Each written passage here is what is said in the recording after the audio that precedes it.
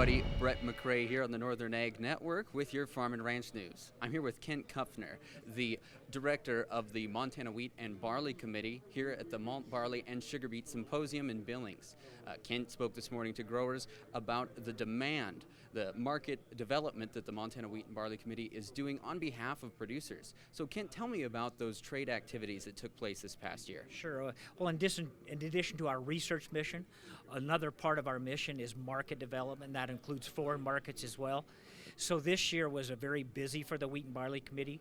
We hosted 16 trade teams, primarily from the Pacific Rim, looking at our wheat industry, but we also brought in a Mexican craft malt team. They came in and we took them through the Gallatin Valley. We're able to visit a few growers so they could see firsthand our growing conditions. We also took them through a small malt plant, so hopefully we can develop that export demand for our excellent malt barley as well. Ken, tell me about why these buyers want Montana barley and Montana product. It's largely quality, not only perceived but real. The fact that our wheat is superior in end-use characteristics, so is our barley. The end-use product is superior when you use the grain that's produced in Montana. We're proud of that. It's somewhat easy to promote that.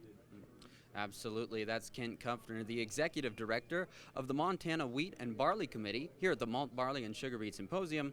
I'm Brett McRae. We asked Montana farmer Walt Sales about the challenges of mental health in agriculture.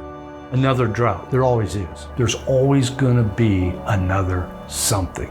I grew up in a generation of you pulled yourself up by your bootstraps. But it's become evident is what do you do if you can't even find those bootstraps? If you need to talk to somebody, go to beyondtheweather.com for free counseling for Montana ag producers.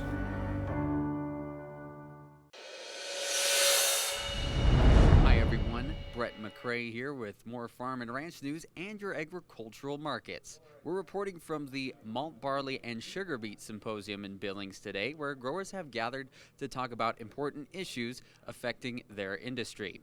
Farmers here are closely watching how government regulation can affect the industry and livelihood.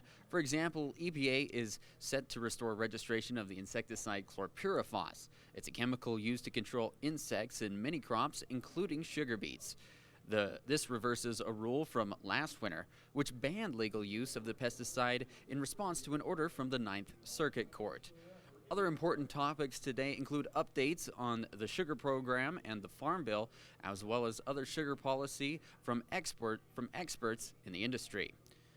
Cash cattle trade is expected to be slow to develop this week. Feedlots are anticipated to hold out for higher bids, considering recent increases from the market.